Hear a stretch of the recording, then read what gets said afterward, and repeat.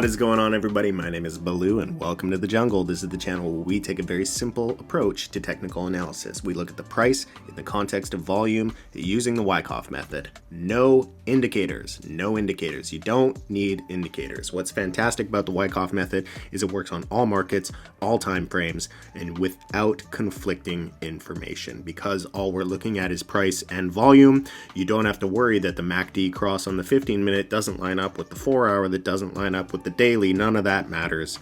We're just analyzing structure and trying to discern who is buying. Are whales and institutions buying, or are whales and institutions selling? If that is something that interests you, then why don't you hit the subscribe button? I do this every single day, except for the days that I don't. So in today's video, I want to take a look at a couple coins, actually. Coin request came in to take a look at THETA, so we'll take a look at THETA, and then I also want to do some coverage on Bondly, brand new coin. It barely has any price structure to it whatsoever, but we'll pull up the price chart on Bondly and see if it does look as though it may hold its level and not be a rug. So let's go ahead and take a look at what is going on with THETA. THETA. Where is THETA? Where is THETA? Raw videos for you guys, no editing, just raw videos. All right, so let's go ahead and zoom out. Let's go to the daily. Start out on the daily. Okay, very clear change of character here. So this is what you want to see. This is what you want to start your analysis off with. Okay, so we have a trending environment to the upside, and then we have a trending environment that is either flat or down. There is a change of character. Okay, this is an acronym that we use in Wyckoff all the time, and the change of character is where you need to begin your analysis of the trading range. So let's go ahead and take a look at that on the 4-hour. Diving down into the 4-hour, let's zoom out here. So I'm going to grab a parallel channel. Going from the top of the change of character, I'm going to try and fit as much of the price action inside of this trading range as possible. Then the width of the trading range is going to be from the buyer's climax here to the automatic reaction here. So let's grab our parallel channel. We're going to drag along the top line, see what we can see. I kind of like the way that fits. It's confluent with a nice SOS and backup. And I'm going to drag it down to the automatic reaction right here. Okay. So now we can spread this out a little bit. You know what? There's a lot of information here, so I'm actually going to go to the 8-hour. Let's see what the 8-hour looks like. That's what's nice about Wyckoff. You know, you make the candles the size that you like. Make them the size that you like, interpret the price action, fill the frame, and just get a good idea as to what's going on. So because there was so much price action inside of the trading range, I just go up to the 8-hour. I don't need to worry about my moving averages. I don't need to worry about my MACD crosses or my stochastic RSI. I don't need to worry about any of that because I'm just looking at the price and volume. It's always the same on all time frames. So taking a look. Yeah, so let's just pull this out a little bit. Change of character. So buyer's climax, automatic reaction, secondary test, phase A, complete. We have a pretty good respect for the trading range here. It came up to the top of the range, it got rejected. No significant increase in the volume, so no crazy panic selling or anything like that. Just a nice tick down, beautiful test. Little bit this early in phase B, this is not a sign of weakness. This is just a testing of the range. It's nothing, it's negligible. Don't worry about it. You can even draw a secondary line when it's this early in phase B. Let me show you what I mean by that. You can grab another line here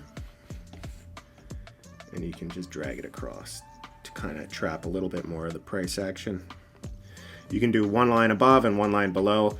I don't put the lines because I just look at the range and I can see that the lines are there. You know, I don't do any of these drawings when I'm actually doing my own analysis. This is just for educational purposes for you guys to understand what it is that I'm seeing inside of the charts. So we came down to the bottom of the range down here, and we got a nice bounce. Bounce, didn't quite make it to the top of the range. That's okay. Tested, nice little volume signatures on the test. Buyers are stepping in. This is really good. Oh, this is a supply signature here as we got to the top of the range. So this was the buy.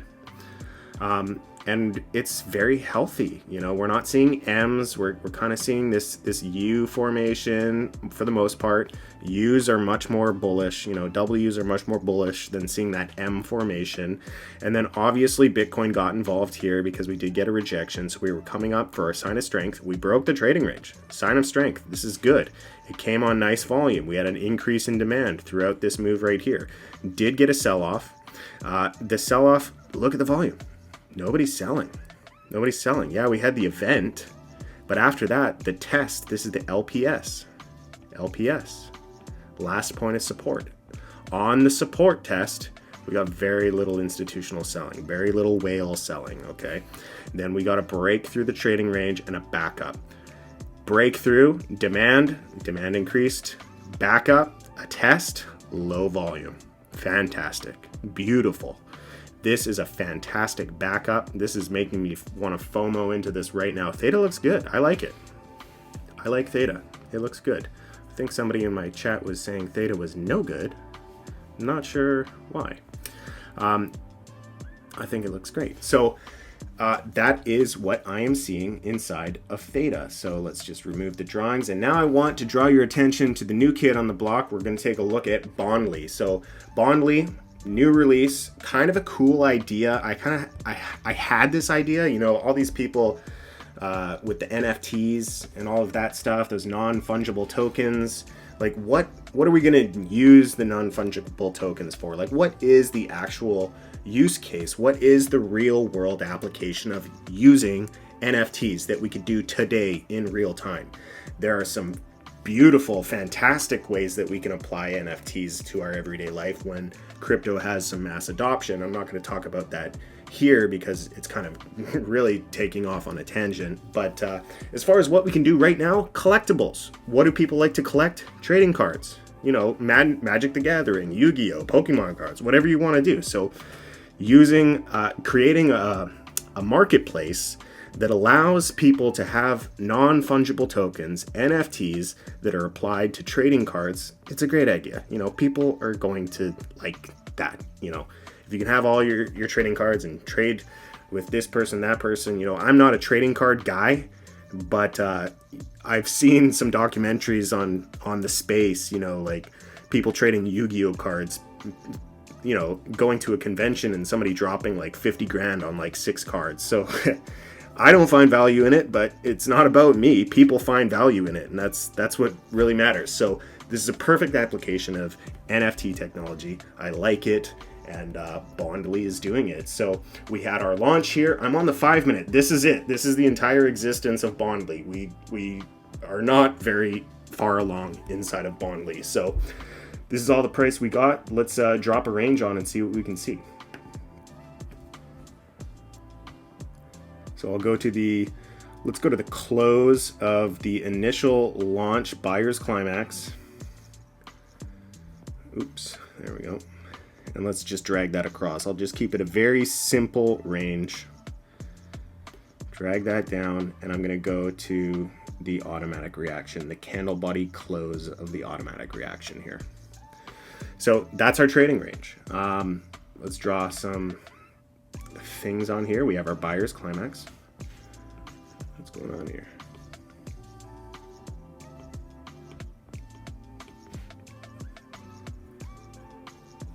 It's not wanting to draw. Okay, well, I'll just have to point it out to you. So we have our buyer's climax right here. We have our automatic reaction right here. Secondary test. This is phase A. We can mark phase A down with a line. That will work for me, I'm sure.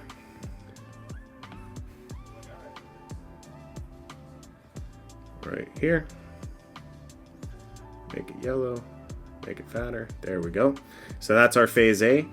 We did get a little bit of a markup event to a up thrust. The up thrust is kind of, you could argue that it's a sign of strength, but we're very early in phase B, so we're not going to make that call just yet. So we had an up thrust, came back into the bottom of the, or to the mean, the middle of the range, came up for another test here, and we're holding this area of support. It looks as though we have an ascending triangle that is happening within the range here. So if I go to the close of the automatic reaction, and I drag that across, let's see, all right, well, we do have a little bit of a bearish test potentially happening. If I go down to the wick here, it could be argued as a spring. So let me take a look at the volume. You could make the argument. So I wish the volume was a little bit bigger here. How do I make the volume bigger? Can I make the volume bigger?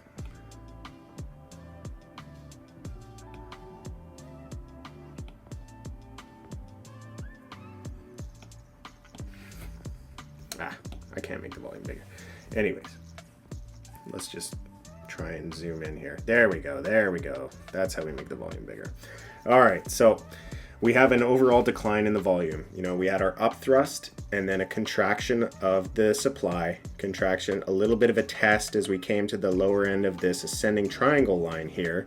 And then we got buyers stepping in. So this could be argued, especially with this wick here. You can see the buying pressure occurring on this candle here, forcing us back into the range. We might want to test this a few more times, but a beautiful test and a continuation and a buy signal for Bondly would be a commitment to the top of the range and a backup, probably get a sign of strength and then a backup on low volume. Need a low volume on the test, high volume on the sign of strength, low volume on the test, and then a markup event from that point. I could easily see this hitting 25 cents in the short term.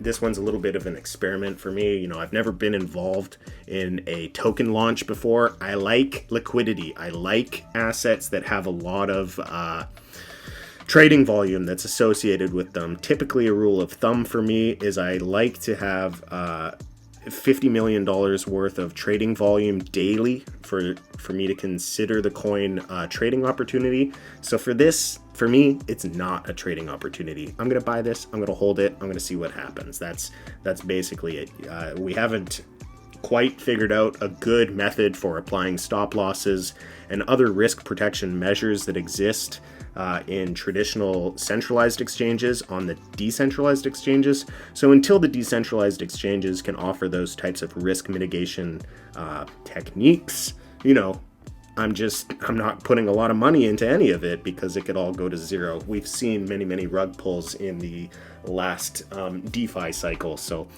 do your own research. You know, this is not financial advice. Never listen to a cartoon bear for financial advice. It's never a good idea, but you're going to do what you're going to do. And this is what I'm seeing in the charts. And in the charts, it looks like we are in accumulation. That is all the time I have for today. If you enjoyed the content, please leave it a like. Don't forget to subscribe. And if there are any projects you would like me to take a look at, leave them in the comment section down below. Don't forget to join the free Discord in the description down below. Come and learn the Wyckoff method and just come hang out. And until next time, trade safe. It is a jungle out there. Peace.